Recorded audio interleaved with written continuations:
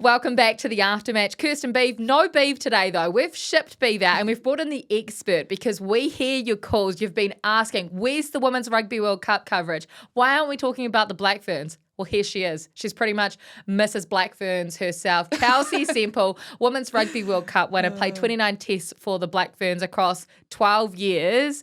Thank you so much for coming in. We so appreciate your expertise on the podcast. Any chance to talk about the Black Ferns and the World Cups, I'm in. And you've brought your medal along. Yes. You've replaced Beaver's or gone alongside Beaver's 2011 Rugby World Cup medal. You've got your 2017 medal. Sorry, Beeve, mine's a bit heavier, so it's just like, yeah. Yours is legitimate. Pick that up and show us your medal. Yeah, mine makes a bit more noise than this little tin. That's his fake one from... That's it. What memories start flooding back when you think about that medal and that World Cup? Oh, so many. Let me just fix this back up. I don't know, just as the girls, prepare for this week, it just takes me back to these pinnacle moments and what you prepare for the 4 years prior. The nerves, the excitement, the fun you have with your teammates on and off the field. It gives me goosebumps. I know you would have had fun, also injuries in that World Cup, but how much fun did you have in 2017? Oh, memories I'll have forever, I'm still friends with most of the girls in the team. We talk all the time. We're messaging while this World Cup's going on, putting our 2 cents in as couch coaches. as we do too. yeah, but, I'm just extremely grateful for my time in the black jersey and to be able to attend one of these World Cups and come away with a gold medal. Obviously. You're a world champion. Yeah. It's crazy, eh? You're a world champion. I know, yeah. It's, very grateful. Not many people can say that. Beef can. Beef can, but now yours is alongside I didn't get his. a movie made about me though. Maybe we need to arrange take that up with Have someone. you seen The Kick? Yeah, I have. What did you make of it? I really enjoyed it. Did you? I still haven't watched it. I've got to though. Oh, that's big.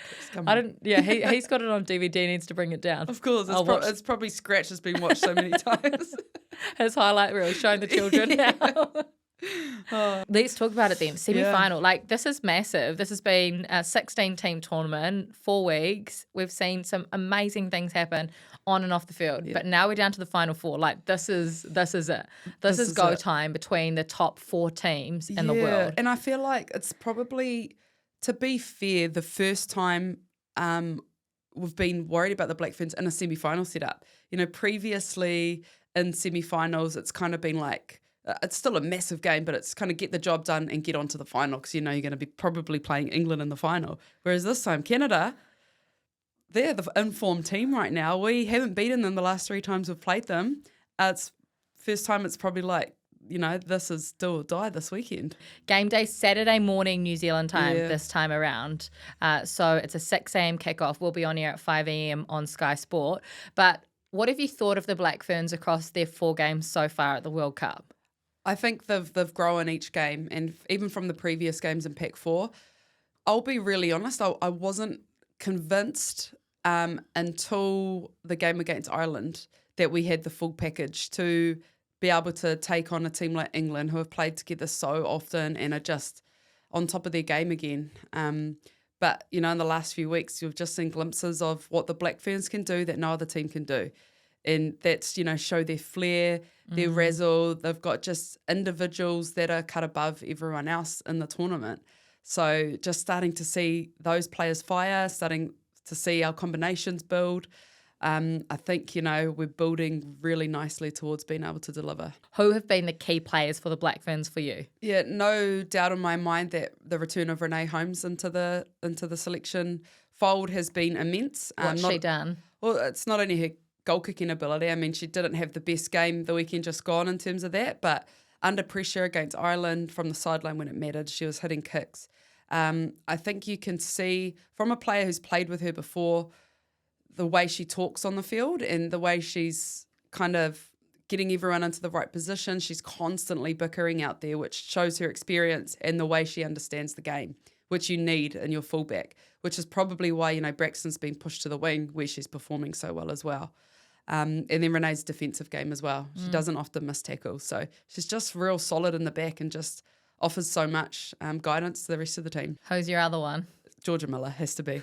She's There's no more words to describe Jorja Miller. Like, give me one. I just got goosebumps. She's 21 and the Yeah. stuff she's doing out there, like she's making the world talk about her. And she hasn't even played that many 15s games. The thing with Jorja is when she's running, she doesn't look like she's going fast. But then you see, like, if you've been lucky enough, which I have to see some of her GPS scores and the top speed she's hitting, the way she moves her hips, she reminds me a little bit of, like, you know, Conrad Smith used to swerve around players. Nothing fancy. It's just, it's just really unassuming. But the way she moves her hips and then gets to top speed quickly, plus the power behind that, she's unstoppable. Some don't even lay a hand on her. Like, some literally don't because of the way that she's moving in between these players. And the way they're playing her out on those wider channels, it's so effective because everyone's having to take note of her. It's freeing up space for other players as well. So, you know, the first game where she broke through a few times and she was just outstanding, I think since then she's been talked about by other teams. So her space has been closed up a bit. Then you see Braxton scoring 3 tries out wide. So something's got to give somewhere if you're having to defend a player like Jorja. Yeah. Do you remember the first time you saw her play? I don't remember heard her the first time, but I remember Kendra Coxedge actually talking about this young girl in Canterbury, Jorja Miller. And, you know, it's not like Kendra to really talk someone up unless there's something special. So then seeing her come through the ranks, obviously being given the platform she was given in sevens and just absolutely carve up the world stage. I was still, I'm a big 15, I'm a 15s player, obviously. So I know the transition isn't as easy as it used to be over to the 15s game. So with the sevens girls coming over, I was like, okay, they've still got points to prove. They still have to show they understand the game. So I probably had my reservations. But the first time I saw her just slot in and do what she did to some of the best defenders and stuff in the world, I was just like, this girl's something different. And into a pretty hard position in 15 to slot into as well. That's the best thing about her, though. She's completely coachable. She's a great human as well, so she'll just be taking everything she's given by the players and coaches around her.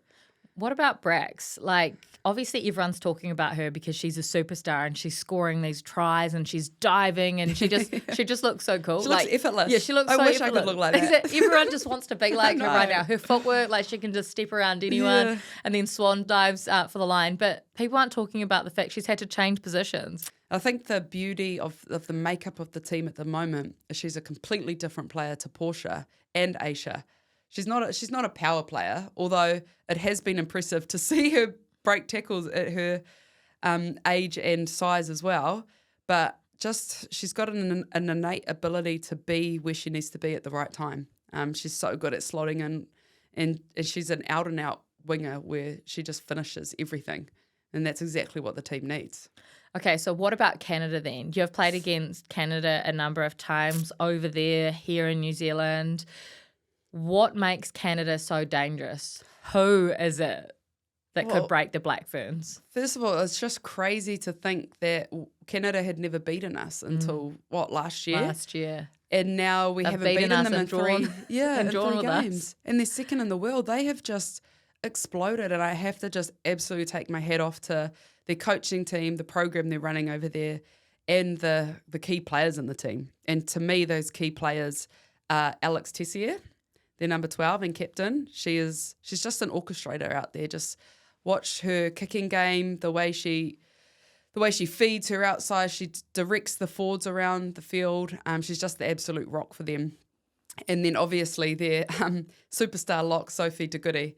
What can't she do? She goal kicks for them. Yeah. She scores lots of tries. She's big and strong, and she's the rock in the forward pack. So in and around them, there's other exceptional players, but those two are really key. How hard are they going to be this weekend? Are they contrasting style or a similar style to the Black Ferns? Like, how's this game actually going to play out? I wouldn't say it's fully contrasting, but the difference is they're a very settled team. So they know what they're doing. Don't expect to see anything, off the cuff. They know what they're doing. They've played with each other before. Their kicking game is excellent, right up there with England's. England and Canada have the best kicking games. They're very sure of what they're doing there. So I think we can expect to see A lot of variance in their kicking game as well, little chips through by Tessier, and just keeping us and our back three really honest. They're physical and they just don't make many mistakes. So, yeah, we're going to have to be really clinical this weekend. Before we talk about the next semi-final, have you got a moment of the World Cup so far? Because a couple of things for me that stand out off the field, and that is how Samoa have managed to bring this entire tournament together, even though they weren't able to get a result, like their first time back at the World Cup in such a long time, the dancing, the singing, the cultural piece that they brought to the World Cup in colour, and same with South Africa. South Africa making it to the quarterfinals and seeing the way that they pushed the Black Ferns was pretty incredible. Like for you, what is it that stood out over the first month? Oh, there's so much. And looking at my own Rugby World Cup medal, it's actually the off-the-field stuff that you remember the most. It's women's rugby is special. It's such a vibe. But, yeah, to me, like seeing Samoa back there and making a statement saying, they deserve to be here and the celebrations they made, awesome. But South Africa, again, absolutely no professionalism in their women's program. And they show up, you see how physically they're specimens on the field. Like they're made to play rugby just like their men's team. So I just think, imagine what they could be like at the next World Cup if they were brought into like a pack four or given more competition or had some resource put into them. Like they are a team that really excites me, and they beat our Black Ferns XV earlier this year, which was a huge upset. And to be 10 all at halftime with the Black Ferns. That's so impressive. I mean, I was up watching that game, feeding, as you know, feeding my baby. And I was just absolutely shell-shocked by them. But I found myself cheering for them because I was and just they were amazed. innovative as well. Oh, it was so cool to see some different things, They were throwing different pictures up that none of us had seen before. Perfect. And the coolest part, again, was seeing like Sia Khaleesi. Yeah. Give them praise and know the players and know our players, and seeing someone as exceptional as that back our game. And that's what a team like the South Africa women's team can do to World Rugby. Just put them, get people talking. It's exciting. I'll tell you what, there's something that's had people talking this week. For you in the comments, you know that we see you and we read every single comment. Beaver made a comment about Leroy Carter's try in Wellington being one of the tries of the century. People are like, hold on a minute, there's a million tries better than that one, including Maya Joseph's try that she was on the end of. Remember that? Because that has to be the try of World Rugby this year. Like, that's got to win the award. It was outstanding. Like, every person in the team touched the ball pretty much. And the cool thing was, when the break was made, it wasn't just one person in support. The whole team's chasing in support, and that's maybe something we haven't seen enough of in the Black Ferns. But beautiful team try, finished nicely. Aisha Letienga was involved, who you probably know is one of my favourite players as well. Laura Bayfield, who's just come into the Black Ferns for World Cup. Yeah, it's a great story. Giving great, bomb balls in behind. Just showed a great skill set at the end of a game when everyone's tired to go 100 metres off a 5 metre scrum and score. Like, the Black Ferns are the only team in the world that could have scored that. 100%. Right? Yeah. The only team that could have. They're just there. They got those. If the Black Ferns individuals get everything right, they will be unstoppable. Everything has to line up. Okay, well, the team that is supposedly unstoppable, or has been for basically the last 8 years, if you don't know who I'm talking about, I'm talking about the hosts, England. They have lost 2 games in the last 2 World Cup cycles, and those are to the Black Ferns twice, 2017, 2022, and the final. You made your debut against England. Yep. Like, there is a great rivalry between these teams. You've played this team. Yeah. How many? Like almost a third of all your test caps have been against England. Why are they so hard to beat? It is one of the greatest rivalries. Like, even now thinking about, I'm done, but thinking about running out against England, it's just a different type of feeling, a different level. It's a different rivalry, but it's crazy to think they've lost so little tests. Those 2 tests, and they're the Pinnacle ones. So what makes them great? Obviously, they get to play a lot of rugby together. They play Six Nations. They're full-time professional. They're the most professional team in the world. And they've got a bucket load of experience right throughout the team. And some fresh young girls coming through who are really exciting as well. But they're super clinical. They don't give away many penalties. They're big and strong, and then they've got firepower at the back with Kildan and Abby Dow, just right across the park, threats. But I think they're the ones under pressure. They got a home World Cup. They've duffed 2 World Cup finals where they were favourites to win, like quite easily favourites at the last World Cup. Haven't lost in over 50 tests again. They've got a lot of the same girls from the last World Cup final, so you think they would have learnt. They're under a lot of pressure, and judging from past, they have choked in times. So, yeah, there's a massive opportunity again there to starve them of that World Cup. Who are the key players for England? Who are their weapons? Oh, you have to mention Ali Kildan. I mean, she was out last week, and hopefully just for the good of the game, that was just just give her a bit of a rest, get her 100%. But she's a superstar. She's their fullback. She's their fullback. She reminds me a little bit of Braxton in terms of she's so slight, and she's very unassuming, but she's powerful. She dictates a lot from back there. She scores a lot of tries, and the way she links up with the wingers as well. Got a lot of experience, so she was definitely a threat. England take on France, who at the last World Cup were right up there. They were within a whisker of making the World Cup final themselves. They've had quite an easy World Cup in terms of matches that they've played in opposition as well. So how do you think they actually fare coming up against England? The two sides know each other so well. Yeah. They get to play each other so much. Will they be any competition, I guess, is what I'm asking. Look, the thing with France is they're underdogs, and they will absolutely love being the underdogs. No, they have not been performing as strong as they have in the past, but they still have the players across the board to put a good performance in. They know how England play. They've played against them so many times recently as well. They've got Pauline Boudon-Sansu back from her ban. So England, they like a ban, these French players. It's because they're so ruthless. They are ruthless. Like playing against France, they always find another level against the Black Ferns. So it doesn't matter how they play against anyone else, they put it on for the Black Ferns. So, probably a good thing we're not playing them in the semi. Yeah. But they're a team that can surprise you as well. Like, you can kind of nail down England, Canada's game plans. I still couldn't tell you what France's game plan is because they'll just do random stuff. So, and if it pulls off on the day, it pulls off. And that's the game of rugby. That's the bounce of the rugby ball. So... We actually had some comments about the World Cup, and there was one comment on there. I'm sorry that I didn't write down exactly who it was from, but there was a comment about they were watching highlights from the last World Cup final over again, and they watched the Ruby Tui interview that I ended up doing. I was so lucky to do that. It was one of the most iconic moments in New Zealand sport. Ruby Tui, after the Black Ferns had just won their 6th Rugby World Cup at a sold-out Eden Park, the biggest crowd ever for a Women's World Cup. There were over 42,000 people in there. It was so incredible. And I remember... someone asked me what was that moment like, and that was a career highlight for me. Doing the World Cup at home and seeing that the momentum that the Black Ferns got throughout that World Cup and just going on this journey and this ride with them. But that particular moment, you are told on day one of journalism school, never ever hand your microphone over. And I interviewed Ruby Tui, and it was incredible, and she talked about how we did it in New Zealand, not just winning the World Cup. She was meaning, look at this, we did it, New Zealand. We are here and we're not going anywhere. And I vividly remember those words. And at the end, I said, thanks so much, Ruby. And she said, wait, can I just have the mic for a second, Kirst?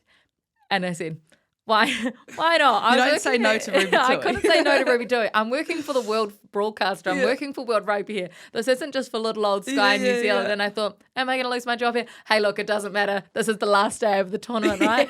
So I was like, you've just won the World Cup. You can have whatever you want. Here's the microphone. And she grabbed the mic. She turned around and she started singing Tu Tera Maina Iwi to the crowd at Eden Park, and they started singing it back. And it was just the most surreal moment hearing 42,000 people sing it back to Ruby Tui on the mic. Unreal, eh? You were there. I was there. I was there in the crowd, and I sang along with her. It still gives me tingles. Me too. And that's the cool thing about women's rugby and about Ruby Tui. She knows it's a bigger picture thing. It wasn't just about the team winning. It was about New Zealand getting behind women's rugby. And that moment It's pretty special. And I tell you what, she is absolutely running amok in the broadcast over with BBC as well. So I love it. There's going to be No one's plenty ever more, seen anyone at BBC like Ruby Tui. Yeah. She's keeping everyone on her toes, but she is drawing attention to the game. She's sending them viral. Exactly. They needed her. Exactly. She is, Ruby, We are now you're amazing. looking at the BBC's coverage because of what Ruby Tui I'm is like, doing. is Ruby on today? I'm going to watch. She's one of a kind. Yeah. She's absolutely one of a kind. Just okay. brings fire, yeah. Well, let's do predictions then. Okay. Semifinals. Semifinal 1. Black Ferns up against Canada. It's not going to be easy. We're not going to thrash them like we've thrashed these other teams. No. We're not going to score 11 tries against a team like this. How close is it going to be? It'll be close. But like within 3, or what are you predicting? within a try Yeah. range. So I think everyone knows it's going to be tight and it's going to be brutal. But I just don't think the Black Ferns will go down to them another time in 2 years. They've learnt. They've got more experience. They've got a bit more firepower across the board.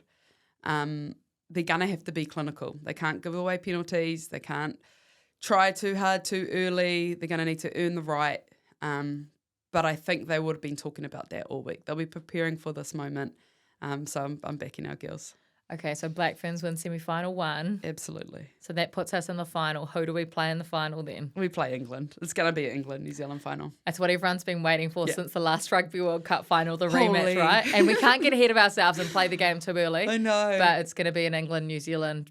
Both win semis through to the final. Oh, yeah. But I'm... At Twickenham, sold out already. I That's know. 80,000. Crazy.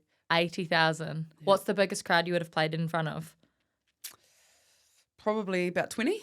Which is incredible to show how At far. Twickenham, actually. Yeah. 20,000. To show how far the game's come, that before I a know. whistle was blown at this World Cup, the final had already sold out. 82,000 at Twickenham. That's so cool. And England Rugby have just put on a tournament, haven't they? Like, Yeah. the hype and everything worldwide is just phenomenal. Makes me so proud.